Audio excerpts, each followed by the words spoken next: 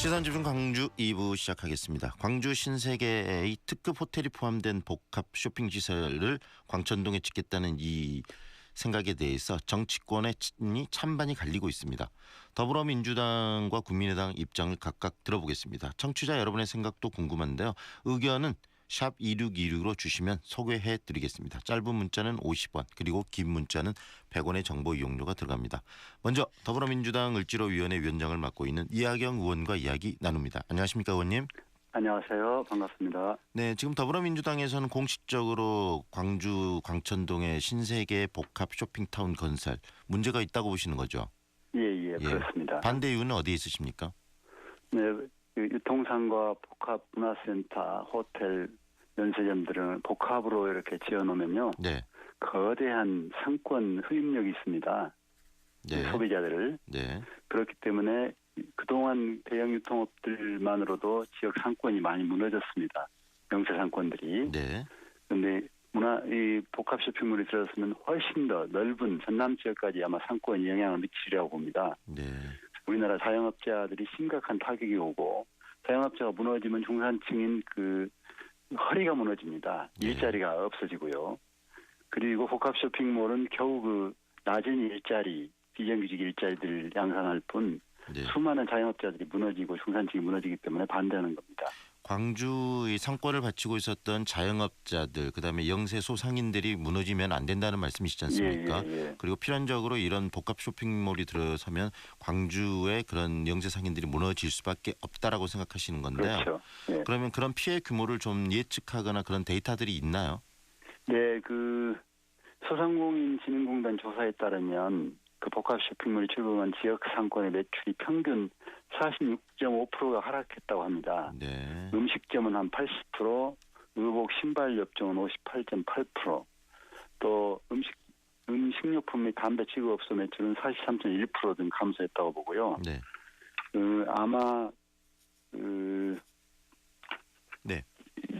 전남권은 5 내지 20%, 네. 또 광주 신세계 인근 지역은 40 내지 60% 정도 매출 하락 영향을 받을 것으로 예측되고 있습니다. 거의 반토막이 날 수 있다는 이야기네요. 네. 일단은 그런데 광주 신세계 측과도 저희가 인터뷰를 해봤는데요. 이 쇼핑몰은 그렇게 크게 확대해서 짓는 것이 아니다. 호텔을 짓기 때문에 관광 수요를 더 확대시킬 수 있고 인프라 구축에 의해서 관광 산업이 활성화될 것이다라는 논리를 들던데 그런 논리에 대해서 의원님은 어떤 생각이십니까? 네, 아마 이 쇼핑몰이나 문화센터 또는 호텔 또 면세점 이런 것들이 따로따로 있으면 아마 그 말이 맞을 수도 있습니다. 네. 유통상과가 분리돼 있으면 네. 거리상으로 이게 복합되면 시너지를 냅니다. 네. 그 복합 쇼핑몰에 가면 하루 종일 모든 우리들의 소비자들의 일상적인 편리함을 추구할 수 있거든요. 네. 영화도 볼 수 있고 거기서 음식도 먹을 수 있고 또 쇼핑도 하고 또 면세점도 가고 얼마나 좋겠습니까? 소비자 편리를 보면 그렇게 좋을 수 없죠. 네. 그런데 이런 편리함 때문에 일반 유통상가에 가서 물건을 사는 소비자들이 특히 신세대 젊은 층 또 주부들은 그런 곳에 갈 수밖에 없습니다. 네. 지금 타 지역에서 나타나는 현상이 그렇습니다. 네. 그래서 우리가 흔히 1+1의 효과가 나는 게 아니고 1+5 이런 식으로 효과가 극대화되기 때문에 아마 유통업체들은 굉장히 좋을 거예요. 네. 그러나 상대적으로 일반 유통상가는 다 이게 흔들리게 되죠. 그래서 무서워하는 겁니다. 국민의당에서 지금 입장을 냈는데요. 국민의당에서 장병환 의원이 공식적으로 이렇게 복합 쇼핑타운이 생기게 되면은 호텔도 생기고 같이 많은 일자리가 생겨나고 거기에 납품하는 중소기업에도 도움을 주기 때문에 광주 발전을 위해서는 필요한 사업으로 본다. 이런 입장을 개진한 것으로 알려지고 있습니다. 어떻게 보십니까? 새로운 일자리가 생기죠. 물론. 그러나 기존의 일자리는 훨씬 더 많은 일자리입니다. 우리나라가 한 600만 자영업자라고 하는데 2천만 명 정도가 함께 먹고 살고 있는 거거든요. 보통 부부들이 가족 기업으로 운영합니다. 네. 일반 상가들이. 네, 여기 대형 쇼핑몰이 생기면 물론 일자리가 늘겠죠. 그러나 기존의 일자리는 더 많은 일자리가 무너지는 겁니다. 영세 상인들 중심으로 하는 그런 상가형 일자리들이 무너지고 그다음에 또 새로운 일자리는 생기는데 아까 의원님께서 말씀하신 것처럼 비정규 중심의 불안정한 그다음에 양질이 그렇죠. 아닌 네네. 그 일자리가 생긴다라는 이야기시네요. 예, 예, 예. 네. 그리고 숫자에서도 감당할 수가 없습니다. 그 차이라는 것은. 그런데 지금 많은 분들이 이런 그 복합 쇼핑타운 호텔 건립을과 함께 지어야 된다고 생각하는 이유는 어디에 있다고 보십니까?